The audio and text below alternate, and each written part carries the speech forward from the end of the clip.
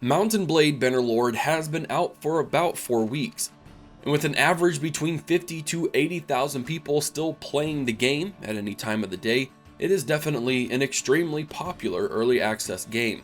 I myself have put somewhere around 60 hours into Bannerlord already, but as I played through the game and got a decent hold of the mechanics of it all, I couldn't help but think that the Total War franchise could use a handful of these mechanics in their games to really bring about some unique life to the real-time strategy genre. So today I want to look at just 5 aspects of Bannerlord that Total War needs to incorporate into their games. If you have any ideas as you go through this video, be sure to comment in the comment section down below. Let's dive in. I'm going to drop the heavy hitter in right at the start with sieges. There are a couple of big pieces here that caused the light bulb moment for the inspiration of this video.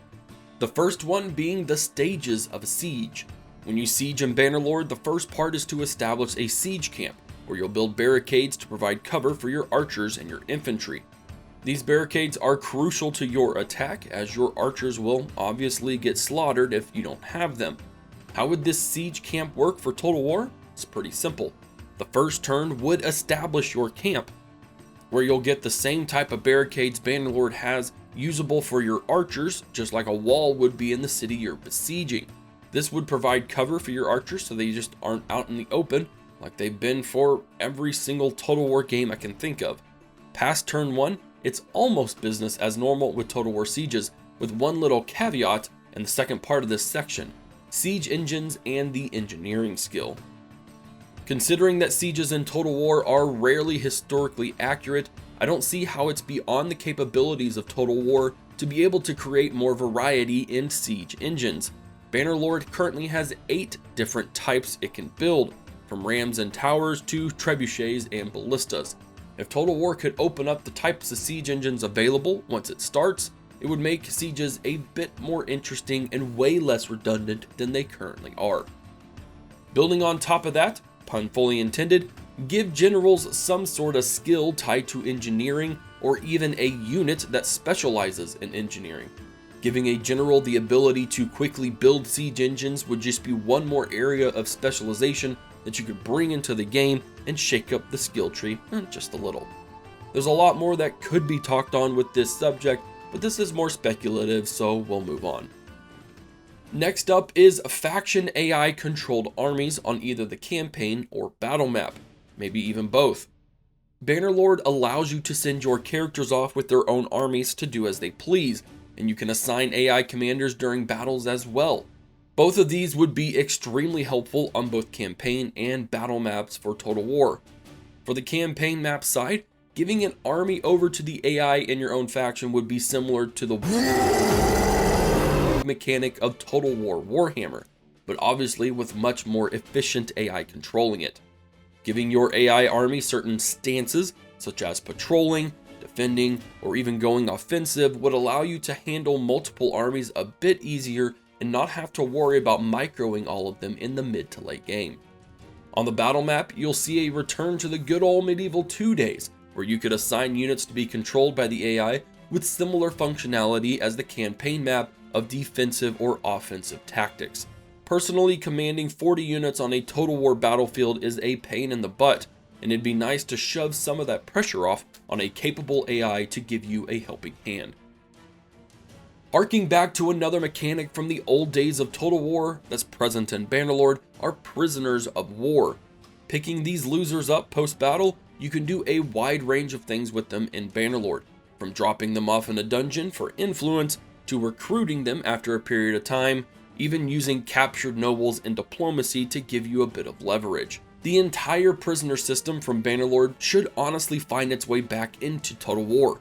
Taking prisoners was such a crucial part of battles throughout history that it still blows my mind CA ever took them out of their games, at least in terms of the Medieval 2 experience.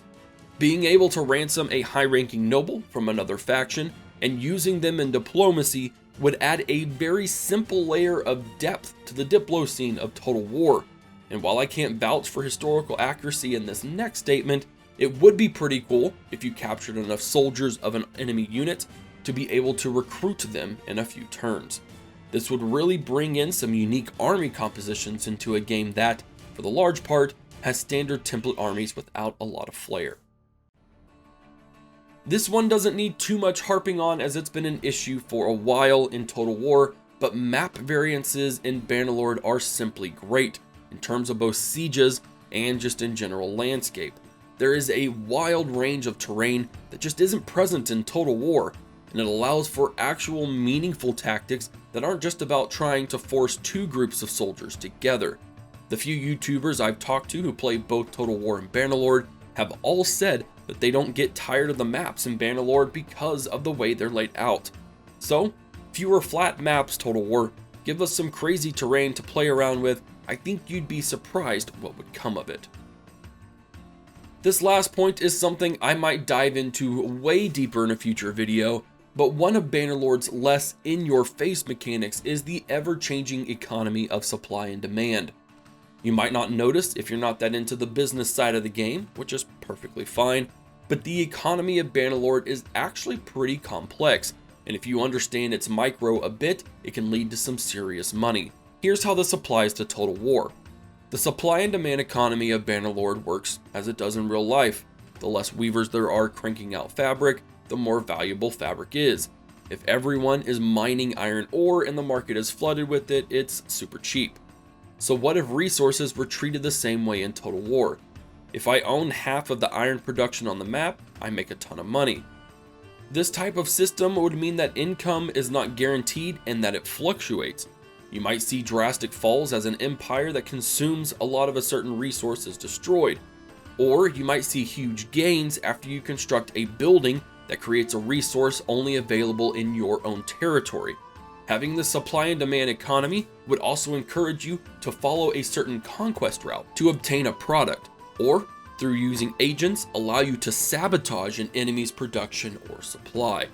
There's loads of ways to implement this, but the greatest takeaway here is a much more fluid economy than what takes place in current Total War games, and Bannerlord's economic system accomplishes that quite well even in this early access phase.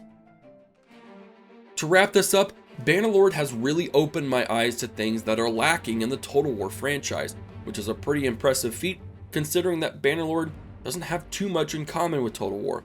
I do love how several of the mechanics in the game can be implemented into Total War with some pretty good effect, and seeing something change as a result of Bannerlord's development would be a very welcome sight to many Total War veterans' eyes.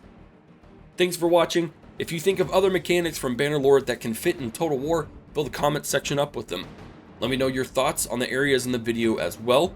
Be sure to subscribe to the channel if you enjoyed the content, and be on the lookout for an eventual absolute beginner's guide to Bannerlord in the near future. This is Havoc, and I'll see you all in the next video.